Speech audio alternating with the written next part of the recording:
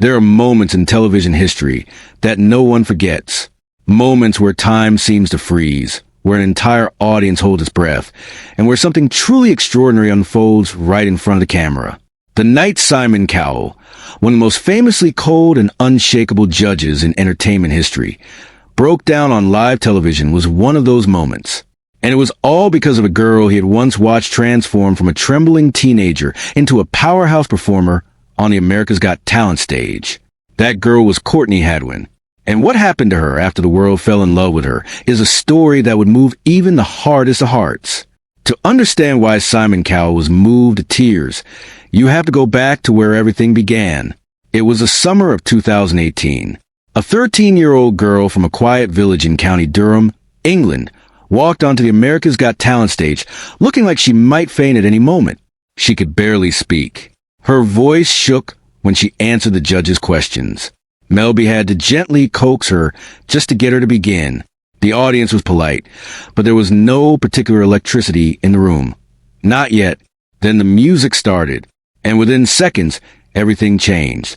Courtney launched into Otis Redding's Hard to Handle, and what came out of that small, shaking girl was something no one in that theater was prepared for.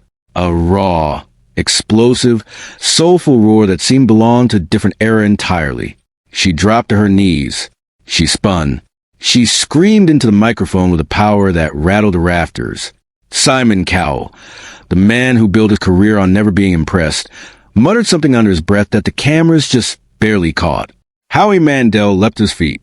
Within moments, he had crossed the stage and slammed his hand down on the golden buzzer. Golden confetti rained from the ceiling. Courtney stood in the center of it all, stunned and sobbing. The video of that audition spread across the internet like wildfire. Within 1 week, it had been viewed over 130 million times. By the end of the year, that number had climbed past 250 million. Courtney Hadwin was no longer just a shy teenager from England. She was a global phenomenon.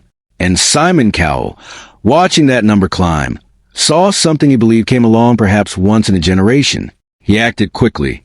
By December 2018, just months after the finale, Cowell had partnered with Arista Records to sign Courtney to a major recording deal. Courtney, now 14, spoke publicly about how grateful and excited she was.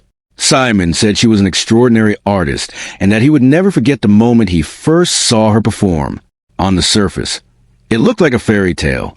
A shy girl from a small English town was about to become a superstar. But what happened behind the scenes told a very different story. Almost immediately after Courtney was signed, the label began steering her away from everything that had made her special. She was placed in high-pressure songwriting sessions with producers who had no connection to her sound. The music she was being handed was polished, modern pop, the kind of material that belonged to a completely different kind of artist.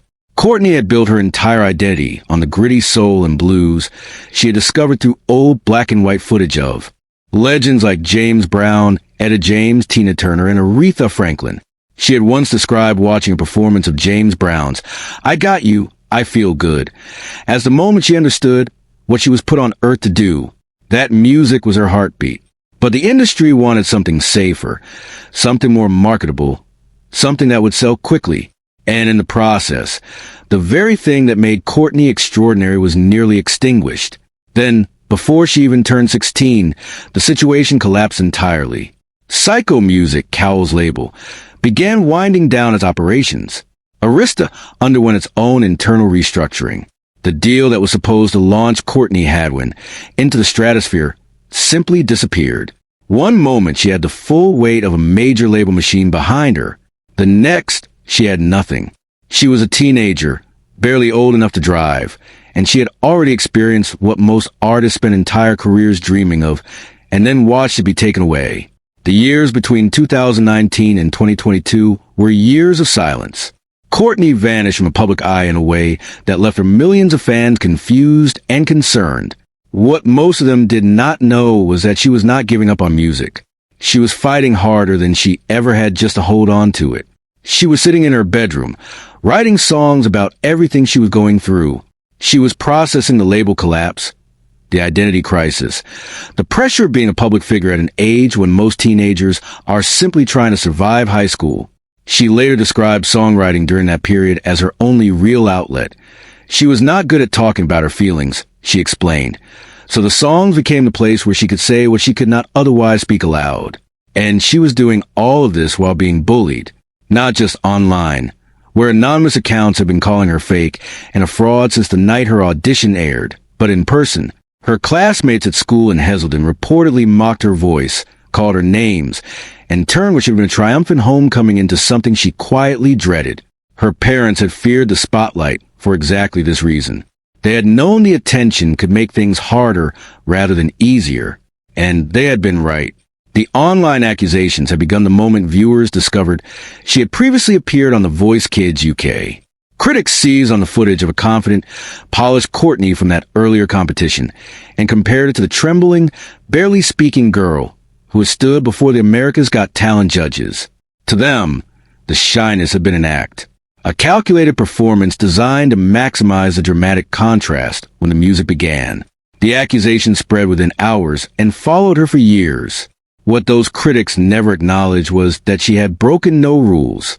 Every detail of her prior experience had been available to anyone who looked, but facts rarely slowed down a mob that has already made up its mind. Through all of it, the label collapse, the bullying, the accusations, the creative identity crisis, Courtney kept writing. She worked with producer Kevin Bowe, a man with credits alongside Etta James and Joe Cocker, someone who actually understood the music she loved. For the first time, she was not being handed songs written by strangers. She was being asked to contribute, to open up, to pour herself into the process. It was difficult. Songwriting did not come naturally to her.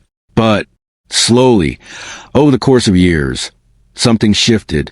The songs she was writing began to sound like her.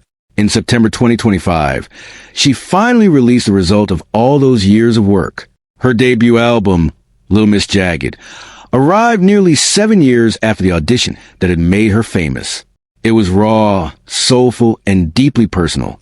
Every track carried the weight of the journey she had traveled. The title was no accident. Her path had been jagged, uneven, and nothing like the smooth rise the stardom the world had expected from her. One of the album's most powerful tracks, You Only Love Me When I Lie, cut straight to the heart of everything she had experienced. The song was about the version of herself that other people had decided she was, and how impossible it felt to show them the truth. She wrote it after reaching a breaking point, messaging her producer to say she needed to confront this feeling head-on. The result was what she described as the rawest, most soulful song on the album, a direct message to everyone who had ever demanded she stay frozen at 13 years old. That same month, she performed at Festival Vila in Portugal. She took the stage not as a shy teenager in the school uniform that the world remembered, but as a woman she'd become, bold, confident, dressed in a way that made a deliberate statement about her evolution. The reaction online was swift and vicious.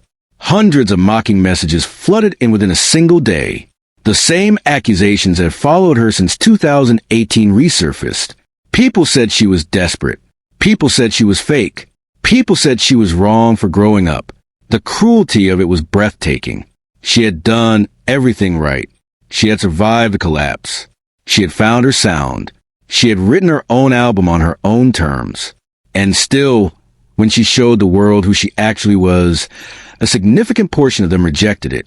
It was around this time that Simon Cowell, who had watched all of it from a distance, appeared on a live television program and was asked directly about Courtney Hadwin. What happened next shocked the viewing audience. The man who had famously told countless hopeful singers that they were simply not good enough. The man who had built an empire on his own emotional detachment, visibly broke. His voice cracked. His eyes filled. He spoke about discovering her that night in 2018, about pressing the golden buzzer in his mind long before Howie Mandel ever reached it, about believing with every instinct he had that the world was watching the beginning of something extraordinary. And then he spoke about what came after, about the label situation, about watching her struggle, about the cruelty she had faced from an industry and an internet that handed her the world and then tried to snatch it back. He said, simply and without any performance, that he felt he had let her down, that the system he was part of had failed someone who deserved better, And that watching her release that album, watching her stand on that stage in Portugal, and refuse to be who everyone else wanted her to be, had moved him in a way very little had in a very long time. The clip spread instantly. Millions watched Simon Cowell say something that most had never expected to hear from him. And millions more were reminded of the girl who had once made the whole world stop. Not because she was perfect, but because she was completely impossibly real. Courtney Hadwin is 21 years old. She has lived more in that short time than most people experience in a lifetime. She has been famous and forgotten and found herself again. She has been called a lion on a stage and a fraud on the internet. She has survived a record deal that collapsed around her, a music industry that tried to reshape her, and years of public cruelty that would have ended most careers before they truly began. But she kept writing. She kept performing. She kept being exactly who she was. And that, in the end, is the most remarkable thing about her story. Not the audition. Not the golden buzzer. Not the 250 million views. It is the fact that after everything, after all of it, she is still here. Still singing, still jagged, and more herself than she has ever been.